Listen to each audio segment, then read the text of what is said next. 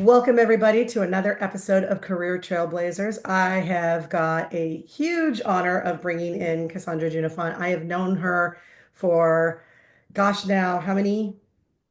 I can't even count, to be honest with you. Yesterday, just yesterday as teenagers. I'm excited for this next episode. I'm trying to bring people together and give audience exposure to people just doing cool stuff with their career and how that can inspire us and give us permission to jump in and follow what's right for us. Yes. I loved when we talked the last time. I just started to listen to how you moved in your career and sometimes it's intentional and sometimes we follow the flow of things, but would love for you to share a little bit of, a little bit of the journey that you've been on and where you're at right now and what do you feel like led you to that evolution?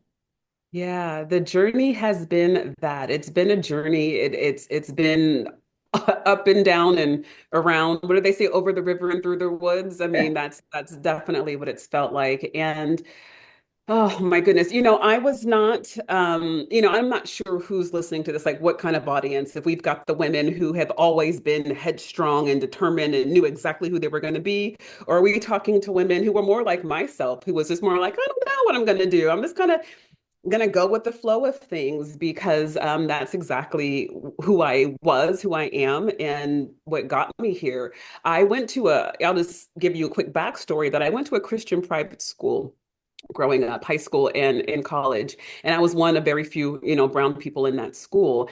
And I just always kind of felt left out. And I went to school with really smart people, like national merit scholars smart, like we're talking genius level IQs. And so I wasn't voted most likely for anything. You know what I mean? Like I just didn't have an awareness that I had anything to offer. I literally was just around to have a good time. I've always had a nice spirit. I was like, yeah, let's have fun. Let's have a good time. And so going into college and then later into my career, it wasn't with this thought that I'm a smart person who's going to go out into the workforce and do all these amazing things. I literally was just like, I don't know, we'll see. I studied business like everybody because that sounded like it would maybe land me somewhere promising, but I had no idea. I was a business marketing major because growing up, I watched the movie Boomerang, and Boomerang was a movie about Black people in marketing. And I was like, oh, yeah, that sounds right. That looked really cool. I get that vibe, right? I mean, this is my thought process. Like, it really wasn't serious at all. And I was on the 4.5 year plan of college because it wasn't until like I'm sorry, the 4.5 year. I didn't graduate in 4 years because when the year like 3.5 rolled around, I was like, oh crap, I'm about to graduate. I need to get my shit together. And so I finally did. And it took me another, like a half of a year to get it together to Which is a graduate. I short mean, amount of time, by the way. I love that you're is saying it? it's like, well, I have to take another half year. I'm like, I like there's 10-year college This programs is true. people are on. So This is true. it's not This the is true. longest amount of time. But I really like everyone else, again, I'm going to school with all these brilliant minds who are like, literally graduating with like double majors in, 4 years. And so I'm just like literally just going along to get along. It has been my motto and my, a kind of way of approaching life. But I remember finally taking myself seriously after I got my MBA. I was in a series of jobs that I was just like, ho hum, yeah, sure, this is fine. And then one day, kind of getting fed up, like, I need to do something more. I was married at this point. I had one child at this point, and I decided to go back to school to get my MBA. And this was just, I guess, a strategic move. Like, let me get an advanced degree. And so I do that. And this is around 2008, the market crashing and all of this stuff. We all lost our jobs in my MBA cohort. It was a mess. We were drinking, we were eating. It was just a whole hot mess. This is all before fitness, mind you. Yeah. And but fast forward to graduation day, I walk in to get my robe and my cap and gown, and they hand me a cord, a gold cord. And I'm like, wait a minute, what? They're like, you have honors. I was like, what? Stop it. I graduated with honors. Are you kidding me? Like, no awareness. When I'm telling you, I was Um, not being strategic. I was not being strategic. Come to find out, I graduated with from my MBA program with honors. And I was like, oh my gosh, I'm smart. Like, I really didn't know. I really didn't know. huh. at that point, I was like, oh, well, let me be more intentional about everything. And that was what led to bodybuilding ultimately. That was what led to the kind of the next phase of my career where I had more belief and faith in myself. But I mean, this was my early 30s. This was Right. my early 30s that I was just kind of like floating through life, just trying to figure it out. And even after that, when I knew I was smart and I was being more intentional with my career, I went on to get a PHR, professional certification in human resources. Um, Even after all of that, I didn't take myself too seriously. I think my identity up until that point was just like, well, I want to be a good person. I want to have a good time. And so the strategy and that cognitive thinking didn't overtake just this fluidity that I had navigated most of my career with up until that point. And when I look back on it, and I do this a lot of reflection, I realize, I've really kind of taken the Forrest Gump motto in life. And Forrest Gump is one of my favorite movies. I love the movie. Don't you? But I it's, do. for me, he just was a person who just did the right things and was a good person. And he was taken on to achieve this monumental success in life. But it wasn't because he was being some super serious, I'm going to take over the Yeah, world.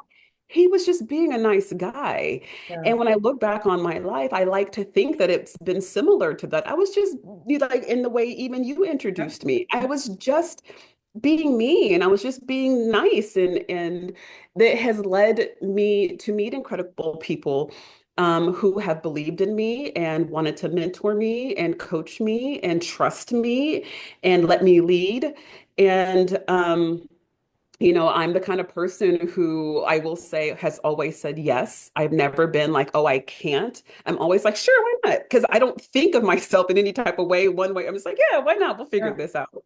And Well, so, I you want to know, jump in on this because I don't want to, I want to kind of capture this a little bit when you were saying like I'm showing up and I'm being nice and I'm being kind because mhm. I've coached people where they're getting feedback of like, oh, you're too nice to be a leader, you're too, and I don't want to segue too far away from hearing the chapters, but of your career, but this just let's pause on a minute on that, like this kindness piece of it, because I believe wholeheartedly that you can be assertive, that you can go out there and you can do amazing things and still retain kindness to others and to yourself. And like, so your thought on that and your ability to hold on to your kindness, how do you hold on to that kindness, or do what's your belief around that? That's a good question, what my belief is around that. I think, being in human resources, which has been, my career, it's a particularly, um, I won't say delicate, but it's an interesting position, right? Like where you're usually a part of the management team. And so you have to have that manager leadership hat, but you're also advocating and representing the employees and the teams and the frontline managers and the laborers and all of those folks. And so, um, I've had to have high emotional awareness and emotional intelligence to be able to navigate both of those worlds and translate. And I think what has enabled that is remaining, I guess I'll use the word human, but nice and allowing people to see themselves in me on both ends of that spectrum. So if you were a leader, I know you're a leader. I'm a leader too, but I also know you go home to kids and I know that you have aging parents. And I know, like, so I let you see that in me. And then as an employee, yeah, your employee, you probably don't feel heard. You probably don't feel listened to. You probably don't understand all these rules and regulations and policies and procedures. And I let you know that sometimes I don't either. Like I'm trying to like make this work for all of us too. I receive a paycheck just like you do, employee. I know you see me over here, but I'm on the receiving end of all of this stuff too. Yeah. And so I think it was that the niceness philosophy is more so a transparency, maybe, or a we could use the word vulnerability, but I don't view it as being vulnerable. I just really believed in continuing to show up as me because that's all I could be and giving you access to the different layers, versions, and aspects of me with whatever side of the spectrum you fall on, from executive and owner, founder Yeah. to a new hire in an entry level position. Oh, I love that you called out transparency and the power of being able to, and you didn't use these words, but this is the feeling that I get from you, your ability to sit in yourself and be you. Like Yeah. that's a level of confidence and self-esteem that we have to kind of to be able to hold on to that. I'm not going to try to be something that other people are asking me to. So, well, thank you for going on a little detour with me because I wanted to call that out because I hear so much of that conversation of like you can't be nice. And I'm like, I think you really have to be. I feel like Yeah, but let me say, I don't think it was confidence. oh, It is now. Back when I started, it wasn't confidence at all. It, oh, it wasn't self-esteem. I definitely have had to work into that. I think it was just not overthinking, but feeling. I'm a very heart-led person. And when my heart's moving and responding and talking to me, or someone else's heart is moving and responding and talking to me, I'm not up here. Let me be confident. It's not something that I put on or an air or something that I'm cognitively like, it's emoting from here, and it's purely being present with emotion.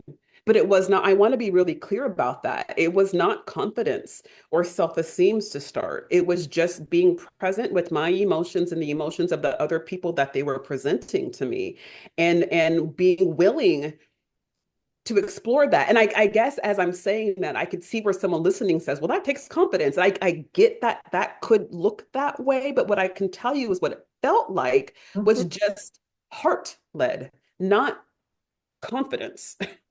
No, I really appreciate you calling that out. And there's a bit of me that's like there, in all honesty, what comes up as you said that is like there's a little bit of I don't know what the right word is. It's not envy, but there's a thing of like maybe even just a little bit of sadness in me of I know that there's been moments in my career that, being spoken to as if your instincts aren't good enough. The feeling of this Yeah. is, you get kind of cut up like, where are the facts? Where's the science behind that? Yeah. And I think I've traversed my career and held on to and recentered back and all those types of things. But when I hear you say that, it's like, I'm so glad that you pushed back on it because that's a little bit of, I feel like the whole, like, are you in tune with your emotions guiding you and your Yeah. instincts and I call it the internal compass that only Yes. you know what that voice is and it Yes. doesn't have like, I've made a lot of decisions around my career listening to that internal compass and people would go like, oh, this is the wrong time to quit a job and go into consulting. I'm like, I don't know. This thing wants to turn left. I got to turn Yeah. left. Uh, Yeah. but it's hard to honor that because the world doesn't celebrate that. At least Western culture No. doesn't celebrate that. They don't, but and as you say that, what I'm thinking back to is how, me growing up always feeling different. I recognize that I've been blessed in not needing validation or approval a Mm. lot from people. I've just been used to being the black sheep and literally doing my own thing and just, I'm marching to the beat of my own drum all the time. And so as I took actions and steps that were heart led and heart centered, knowing that I didn't make sense to the rest of the world, I think I was okay with that. Like it didn't even register. It didn't even feel rebellious. I mean, I can think back to some parts that felt rebellious, like, oh, I know, but I don't care. But most of it was just like, but this is just how it's always been. I've Mm. always been misunderstood. I've always been different. And so I'm like, I get that. You don't get me. I get that, you know? Well, what I love, since we're in this topic and I'm recalling what our conversations were before, I would love to hear you talk a little bit about how that showed up for you in your roles in HR, and then, how it led to the business that you're in right now and what you're doing independently out there, because I think and then we can get into the philosophies that we talked about because I think it's so timely, I guess it's always been necessary, but it seems like we're as a society, and once again I'll say Western society mainly, opening up to the fact that being heart-centered to and the other things that you talk about, such as self-care and stuff, that all of that is necessary in a work environment. But would love to hear how did that start to percolate for you as you were working in these HR roles? Um, I didn't know how else to be. So I started in HR and learning and development, uh, facilitating workshops. And again, requiring a high level of IQ. Adult learners are awful. I'm sorry. They're worse than kids. Adult learners are just, oh, like they're so cocky and arrogant. I don't want to, like, they know everything. And being in learning and development and facilitating week-long workshops where everyone and anytime you take someone, regardless if they're a new hire, and you fly them someplace for business, they think they're on vacation, okay? Yeah. And like people hung over, drunk in, I mean, all of the things, right? Like it was really, uh, but that took a high level of emotional. I can say this now, I didn't realize it then, but it took a high level of emotional acuity. Like I had to walk in there. I keep referencing my heart, but literally heart chakra open. Yeah. Logic is not going to do it right now because they think they're smarter than me. And again, I'm a little cute black girl, in corporate with a bunch of, big white dudes who like Yeah. they didn't think they were going to learn anything from me. Mhm. And so it wasn't, I never approached this from the perspective of, I need to prove I'm smart, that I need to prove like anything. It could not have been that strategic in my mind. It really was having this open heart and like, okay, let me read the room here. Who do we have? What are they dealing with? Based off of what I know. We had, their applications, their resumes, all of the stuff that we needed to know about these new hires that we were training. It's like, who am I dealing with here? And really, we talk about avatars, but like really putting an avatar, like putting a personality and a set of character to the people that I was engaging with. I mean, so I'm really like listening with my heart, not my head. Mhm. So, anyways, that's where I started in HR. And then I moved into recruiting, still the same thing, a high level of emotional intelligence because everyone's trying to get over on you in recruiting. Everyone wants you to think you're something that you're not. They're selling themselves Yeah. hard, right? Like, here's all of my highlights. And I could see that, but my heart was pulling me into something else that you didn't say, or your body language, or why you keep over indexing on this one thing, but we were talking like just paying attention, right? And so from there, I went on to generalist roles, but it's maintaining that high level of like awareness, I think that allowed me to continue to progress. And then I remember when I stopped working so much when I left what I would consider like corporate, I used to work in banking. And then I moved into working for founders and startups. Okay. And that was a huge culture shift to go from all the bureaucracy and you didn't ever talk to the CEO, barely saw the person, right? To Mhm. literally his office is right next door to you, and his daughter is working for you, like it's a major culture shift. And like going from realizing that this is a founder and CEO to this is just a dude, you know what I mean? This is just a Yeah. guy who took a chance, and thank God he did because he's employing all of these people. But he is, I hear him arguing with his wife on the phone next door, or Yeah. his daughter who's working for me, I have to go wake her up, at her desk, or she messed up payroll again this week. And so you realize they have real problems and real, they're real people. They're real people. And it's just continuing in that vein. And so I always, and I keep using the word people, but it really is, it's seeing the spirit. It's seeing, the deep down parts that we want to shoo away with our titles. Forget the fact that my name is John and I'm struggling with my wife and I'm struggling with my daughter. Just know that I'm a founder and a CEO. Yeah. And that's all you need to pay it. Look at my car. Did you see my new watch? I'm going golfing this, and it was all of that. And I was like, I could easily see past all of those things. And so it's just been a really heart-centered journey to lead me to the point where health and wellness became the natural, in my mind, solve to a lot of this because a lot of the angst that we see in corporate America or in these startups that we don't talk about is health and well-being, whether that of them or someone that they love. Most people that we are working with are hurting and sick in some kind of way. Most, I would say like 99%. And I don't think that's an exaggeration at all. And when I came into that awareness, it was like, well, this is where we need to focus our attention. This is where I can focus my energy is recognizing that I see the illness and it doesn't make me think any less of you, but we need to call this out and let it heal. Let's start talking about how we can help you at work.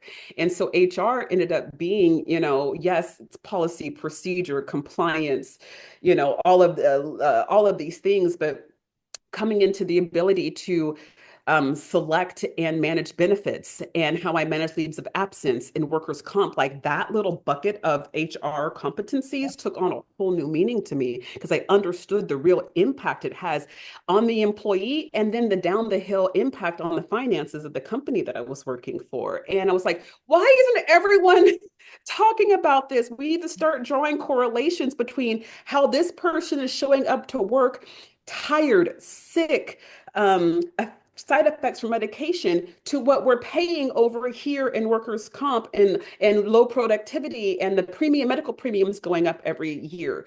And it's definitely evolved since then, but it all started with being willing to see people, to truly like not just treat the employee side of them that walked into the office, but understand that's a whole person with a whole spirit and a lot that comes with them. And I can't ignore it. And I'm asking us not to.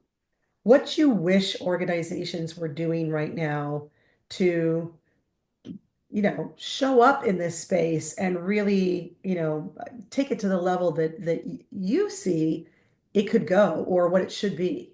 I wish that there was almost like we've talked about this before, but a requirement for self-care and wellness for leadership. Because how can you possibly believe that if the only way you're able to get the outcomes that you're getting is by, excuse my French, but fucking off your health, how are you teaching and leading anyone else to do it any better? You can't. You can try, but I mean, people still model behavior more so than we do take direction or instruction on things. And so if your CEO is sending you emails at midnight and they're working weekends and on their vacations, and even though they say don't do it, don't do it, don't do it, you see them doing it Yeah. and you're going to feel the need to do those things. Or if you see them skipping lunches and just all of the things, like we're going to model that behavior because we know then that they see us. We're literally saying you're going to approve of this behavior because you do it for yourself.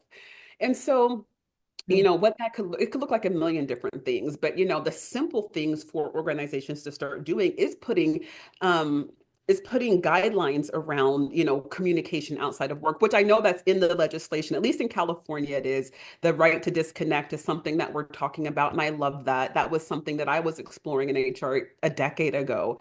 And was a company policy that I put into place, the right to disconnect, before we even talked about legislating this behavior. But I wish that there were small things like that. And we say small, but like they have a huge impact. Right now, we feel like we're doing something if we have flexible time off that nobody takes because, there's so much pressure to be at work. Don't you dare actually take that flexible time off that the company says that they have, right? That's another one of those checkbox things. Well, Um, just to yeah, just to, to piggyback off of that, because I know I've sat with clients and a lot of them are in HR, and I always notice this inevitably comes up in a company that has a flexible time off, that someone in HR is talking to me and saying, "Well, I know it's flexible time off, but they really seem to take advantage of it." And like, okay, aren't they supposed to? And I feel like the performance and whether or not they're meeting goals, that's a different conversation. Like you're getting correct. caught up in it's just kind of human nature. I'm gonna find I know why the goals aren't being met. And I'm gonna look at the thing, and most likely I'm gonna look at the fact that you're taking more time off than I am. Because I'm like, if I don't get to, why do you get to? And so when you say the Exactly. role modeling thing, it's not just am I role modeling it that kind of gives this unspoken permission to everybody else. There's also the am I judging you because I'm Oh my not gosh. allowed myself. So you talked about leaders and their own self-care. If I don't give myself permission, I'm going to resent the heck out of you for you giving yourself permission to take care of yourself. Yeah. And shame on HR for being the person who's doing that judging because they're supposed to be reinforcing the Sure. availability of the policy. But I understand that that happens if they're not, taking that time for themselves. And that's why the vulnerability and that awareness and modeling it is so important from all at all levels. Okay. we were talking about this idea that leaders, should be good at self-care. And I Yes. won't quote you correctly, but I remember you saying like, I don't know if I want a leader. I don't think they're my people if they don't know how to do self-care. And I'm sitting here going like, you would not hire me right now. I am not take doing self-care well right now. I am at the Yeah. I'm at my bottom where I'm going like, Yeah. oh, I need to know how to do this, which is part of the reason, I think I reached out to you even, and started doing one of the programs that you had. But it is this, when you said that, I was like, it made perfect sense to me. And it was probably the first time in my life where I went, oh, I don't know if I'm cut out for leadership. I think I've always felt like, nah, Oh, no, I could oh, take it. No, not in a, I'm not cut out ever, but I had yeah. a moment of self-awareness of like, if that's the criteria, Heather, you're not making that criteria right now. And I Yeah. agree with you that that should be the criteria. So I was like, oh, if I really want to match my theory of what a leader should be, this is a competency that I have not spent any time on. And Yeah. I think there's a lot of good, well-intentioned, caring, committed leaders out there 100%. that maybe even got rewarded for all the self-sacrifice and whatnot and pats on the back and aren't you awesome? I want to say females probably more often than not.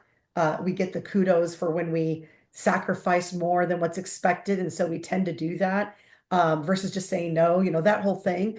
Um, but it just hit me in that moment because not that I'm like sitting here going like I'd be the best leader, but that was the first time that was like, oh no, no, no. I would really need to hone my skill in this area to be qualified if that became the criteria. And so for you, you shared with me, and I think it's important to share right here, you were talking about as you were going on your fitness journey, how that started showing up for you on the job and what started happening around you on the job.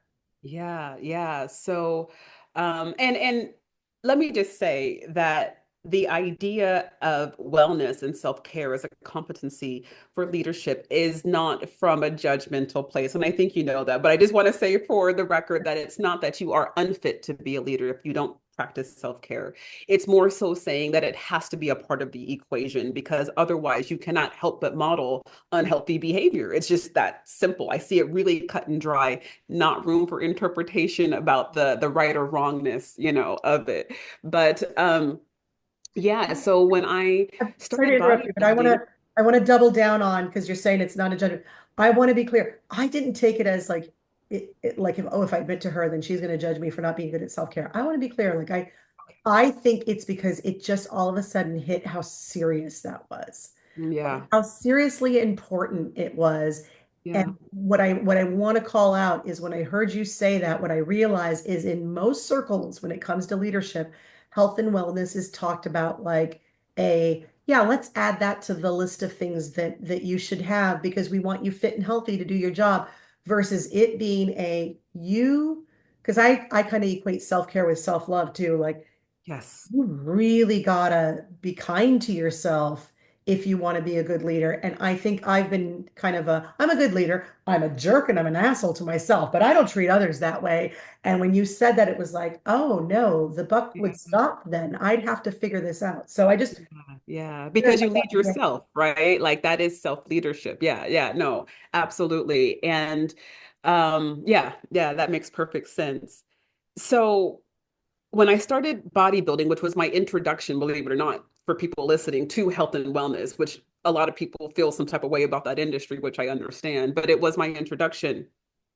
And it was the first time that I had come into awareness that I even had a body. Like I was very disembodied my entire life up until that point. And I always say, you would think having kids would like clue you into the magic of having a body, but it didn't. It was bodybuilding. And it was the first time that I was sleeping regularly. It was the first time that I was drinking water, around the clock, literally carrying around a gallon jug like those meatheads you see in the gym. Like that was your HR lady, right? Carrying around her gallon jug of water and meal prepping. Like was the first time that I was really paying attention and nurturing my body and babying my body. And what that takes is the same skill set that I didn't realize was showing up in my work. When I showed up to work, because I always say you take yourself into everything you do. And I think we compartmentalize. I know that I did. I thought, well, I'm a bodybuilder over here. And even as my body was changing, I was like, well, maybe nobody will notice that I'm doing this. I didn't want them to know, I'm over here doing bodybuilding over here and doing HR over here. But again, it translates, it shows up because of I show up. So it takes the same skills in terms of like setting goals, adjusting goals, time management, project management, discipline, strategy. I mean, there's all of these things that goes into being a woman. And at the time I was a single mother, trying to figure out how to prep my body, get ready for these shows. That is like being a CEO, and actually, I heard this term the other day that I love, and it was CEO as a chief energy officer, like I had to manage my energy in this area of my life without it interrupting my HR. And what I realized that it wasn't I was doing this over here, not interrupting HR over here. I was doing this over here, bringing me into and showing up over here as HR. And when I realized that, that took probably a good like 3 to 4 years for me to realize that that was what was happening. I really thought I was smart in separating these two worlds and compartmentalizing, and they don't know. And it's just these are two separate things. I don't want to talk about at HR. I don't want to talk about my bodybuilding, and in bodybuilding, I don't want to talk about my HR. I really thought it was all separate until I look back, at some point, at like I said, 3, 4, 5 years in, and I'm like, wait a minute, I'm being promoted and I'm getting more money and I've got a bigger team and I'm a lead. I went from being in this company, a solo HR person, to having ultimately, over the course of the 10 years that I was there in the bodybuilding years, but a team of 55 and becoming the vice president, like the ability for me to grow was directly, I think what I said to you was not just correlated, but there was direct causation Wow. in my professional success. And so in understanding that was like, oh, I get it now. And it has led to this saying that I say today, that self-care is professional development, that all of the lessons you learn in managing yourself and what we think is this separate personal life of ours, but everything that we do there to treat ourselves well and to lead ourselves is an investment in you. And when you turn around and show up to your organization, it's still there. You guys, it's still there. And you're clear-headed. You're not aching as much. You have energy. You are emotionally regulated. You've got self-awareness. There's so many attributes. And it's really funny. In corporate, we call them soft skills, Yeah. but they are the skills that make or break a culture and then ultimately a company. Oh my gosh, you're that's so important. That's going to be a clip. That's for sure going to be a clip. Um, I wanted to say, as I'm holding up your book, Body Ministry, and I'm reading it, and I literally just opened it up to like a random page to see Okay. like what am I going to read from this? And what I get is, well, first of all, this is an amazing book, and it's a great place to start. Let me make sure I'm getting it on here. We'll feature it, the link down so folks can buy it, because it's such a good read. And I am working my way through it and trying to be committed to making sure that I'm doing it versus just sometimes I get a book and I'm like, oh, let me read through this. See, those are all great concepts. I'm smarter now. I'm moving on. Yeah. Um, but I opened it and it's on week 4 and it's on integration of the mindset pillars. And so as you Mm. were talking about, oh, my bodybuilding's over here, my HR is here, I was like, well, it's just so interesting because the 3 things of the power of integration is worth, trust, and discipline. Yeah.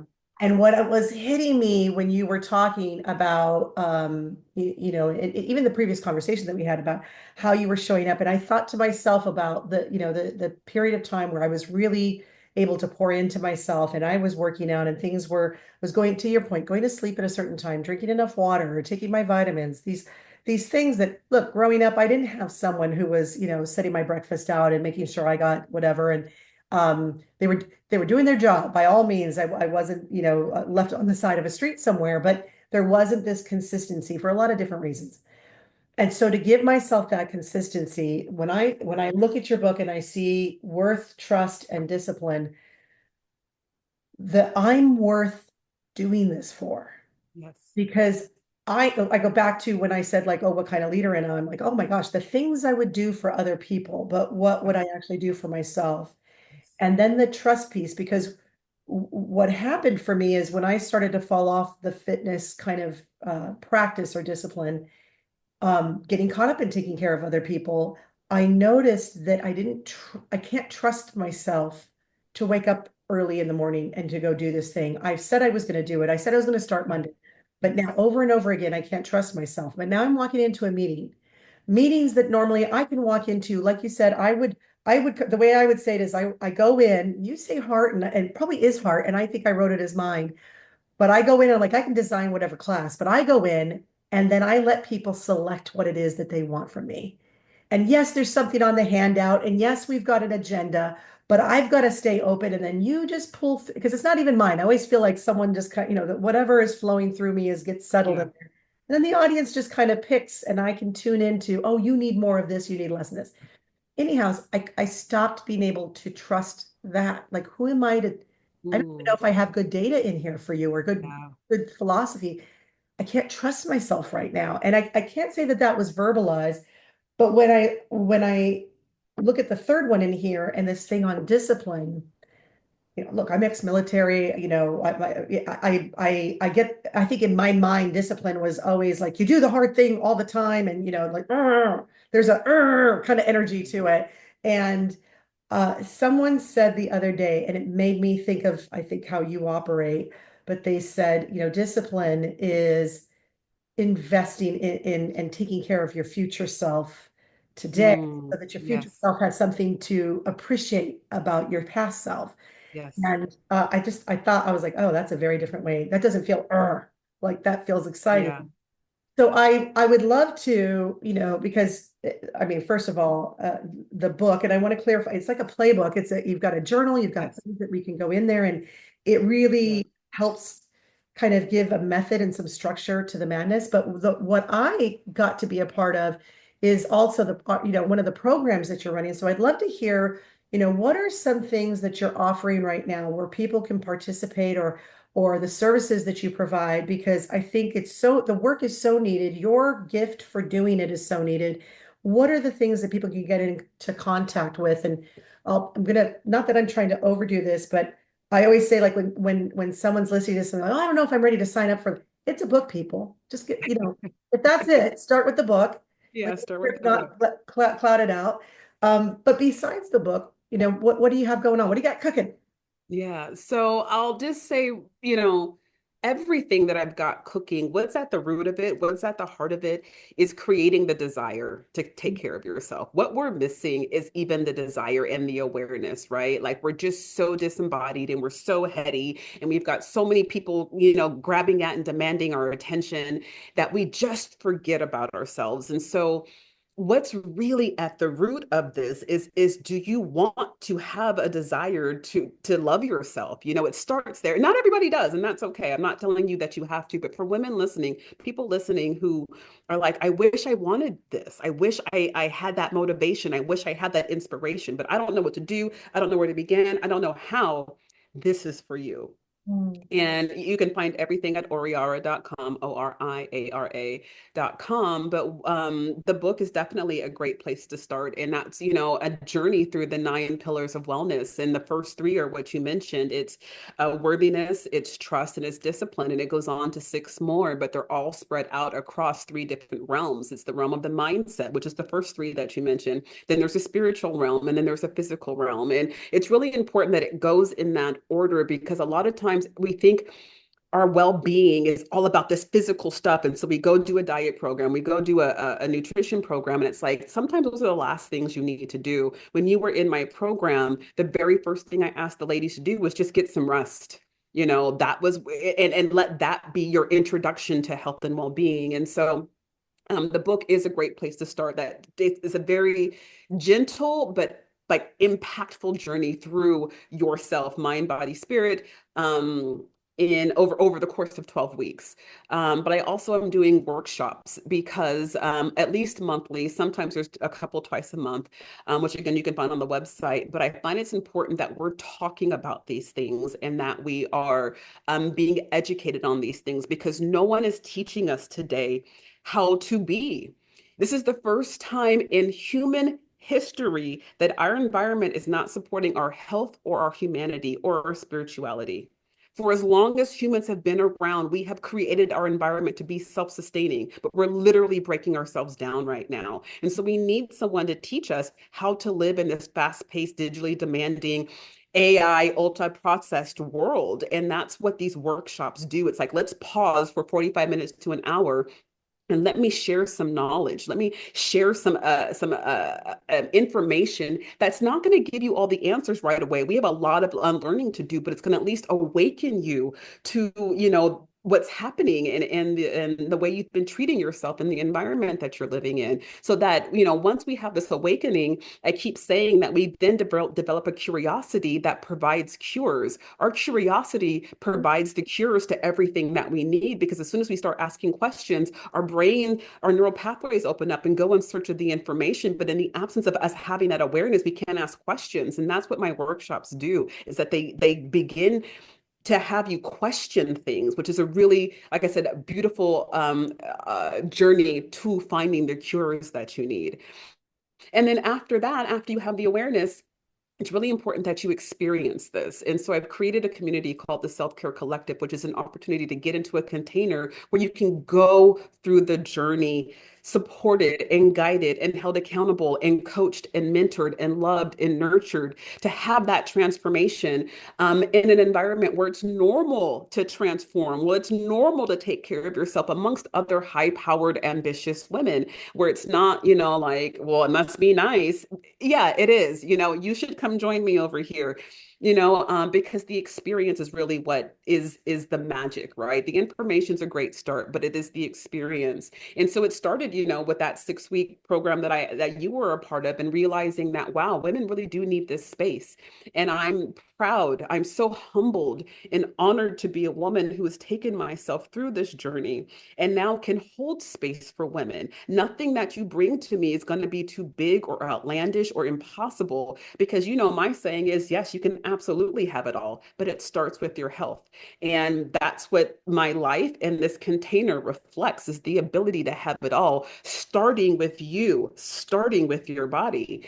And so the Self-Care Collective, I really am very excited about and hope that will grow to be something massive and a movement that just changes lives, around the world for generations. And it's really important to, I'll end, on this note, that it's really important to me, as you talked about your childhood and the way that you were raised. What's really ringing in my head, and really why I started my company, is because we have been robbed of our health and well-being as a legacy for far too long. And my daughter, bless her heart, still looks up to me and still asks me questions. And I think about, like, where do little girls go? Like what do we have to pass on to them? And I want little girls to look at their mother and be like, I want to be like you when I grow up. And those mothers can turn to them and say, we were a part of the Self-Care Collective and you can too. This is where you go to learn these things. This is how we begin to break those generational curses and actually be able to pass on ritual and self-care practices that just so many women like you and I were not taught. We now have that. And that's really what's at the heart of this, is having something generation over generation that we can say, this is how you become a woman who prioritizes herself. This is how you become a woman who falls in love with herself. This is how you become a woman who worships herself. Here you go, daughter. That's where this is going. And I'll share this because I know we had this conversation, but I want to make sure I call it out. Is I was listening to the, when we had our weekly, the stuff that you would share your lessons that week, and I'd be listening to it, and I was having my boyfriend listen to it, and he was like, "Oh, she keeps mentioning women. How come she's not mentioning men?" And I was like, "You could sit here and you can listen to something that's just written about women and not men, and you can lock it up and be okay with it. Yeah. I'm a delight." But But we talked about that, and I want to make sure that you Yeah. share like why the focus on women, because I don't think it's exclusionary, but it's a Mm. very important piece that I thought it was a beautiful Yeah. insight. It's deeply respectful. It's Yeah. deeply respectful. There is something, not something, there's women are nuanced and we have caveats and all of these nooks and crannies and ways about us that go beyond articulation or even like cognitive understanding. You can just talk to another woman or sit by another woman and just know, Mm, right? And because I know that about us, I also know that men have similar caveats and nuance and nooks and crannies that I can't begin to understand. And out of respect for that, I don't even want to try. I respect the men that I know in the women's health and wellness field. They are coming from a good place and they're well intentioned and I believe their heart is in the right place. But fill mhm. that in with whatever you feel. But there is a but that there is just nuance to who we are. And I well, a lot of what I share is a transmission that I'll say, I haven't really said it this way before ever, but I'll say it, a lot of what I share is a transmission and a channel from the divine feminine. It is. I don't cognitively understand sometimes what I'm saying. It's coming through me. Yeah. It's coming through me. I'm a channel, I'm a vessel, and it's speaking to the divine feminine in you. Like when I said earlier, it's the feminine, the divine in me sees the divine in you. It's also that other layer of divine femininity in me is speaking to the divine femininity in you. And I just cannot do that with the impact and the again, I use the word respect that I have for men, and then obviously for us as women to try and impart the same sort of lesson or message and just twist it or change language for men. It's not the same. It's not the same. No, and when I heard your description of it, what I got was when you say that word respect, like I'm just respecting that I'm speaking from the experience that I can wholeheartedly, Yes. put 10 toes in and just go, I know Yes. this in my I core. know this. I will say this though to male listeners, I think being able to take care of yourself, and yes, there's caveats and all that you're saying. But I still think I still recommend everybody check out the book, and because as much as you're honoring the depth that you can go to in with the feminine experience, there is a very kind of universal need for self-care and self-love. I don't see many books out there or many programs or philosophies on it that I have found to be as holistic and easy to understand as yours. And so I want to emphasize that to audience members is that it is calling out a unique perspective that you're deep diving into that doesn't make it exclusionary from other people to learn from. And I think that's this is a little bit of what I was yelling at my poor tortured Yeah. boyfriend about of like as women, we've been learning from the male perspective for so long. It's not like we Yes. didn't learn things from that. Yes. And so I'd say, Yes. No, that's such so beautifully said.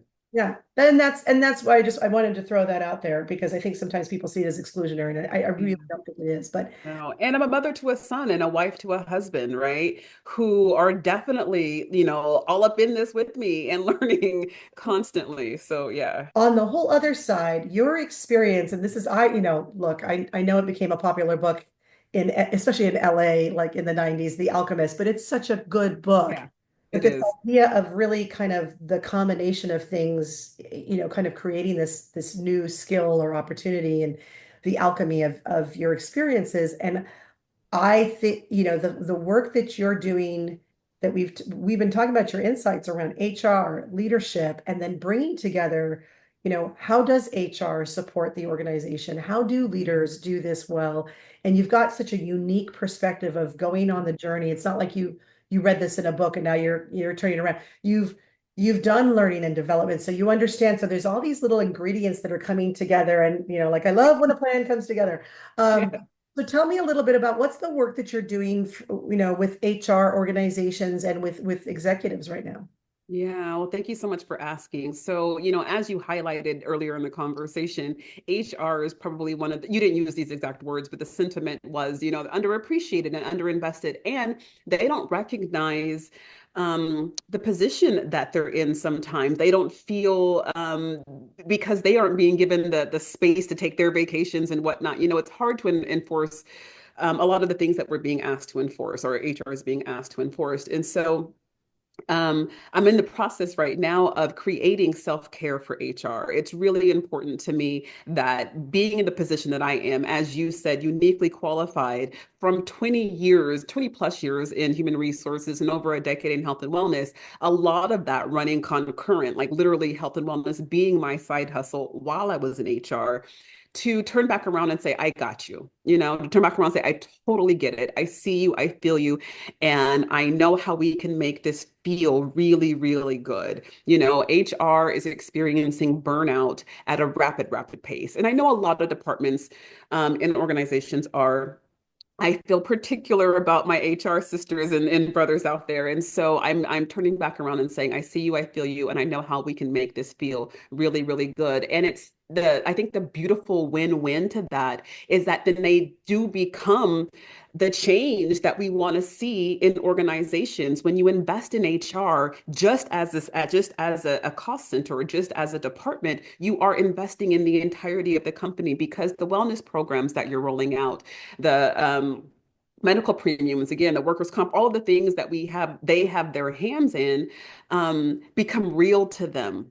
There's an ability to really, really dive deep and manage those numbers from a place of like empathy and understanding of the downhill effect of the health and well-being of the employees because they're experiencing it themselves. And so I'm really, really excited about like literally wrapping my arms around the HR departments of the companies of America.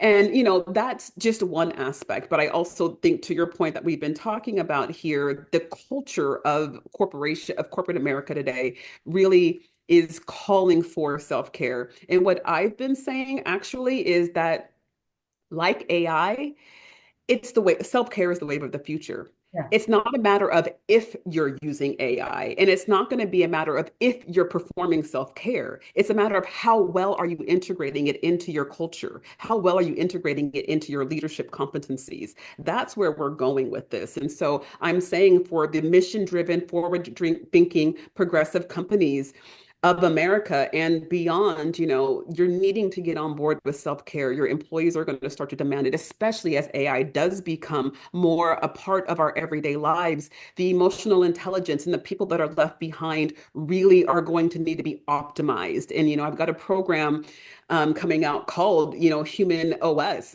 People Operating System Pro, where we're really going to learn how to understand who we are as people, as well as we're beginning to understand what AI can do for us. Shame on us for not knowing our own selves as intimately, right? Yes. And being able to optimize these bodies that we're living in and working in. And so I'm really excited about the future of corporate America, riding this wave of self-care like into the future.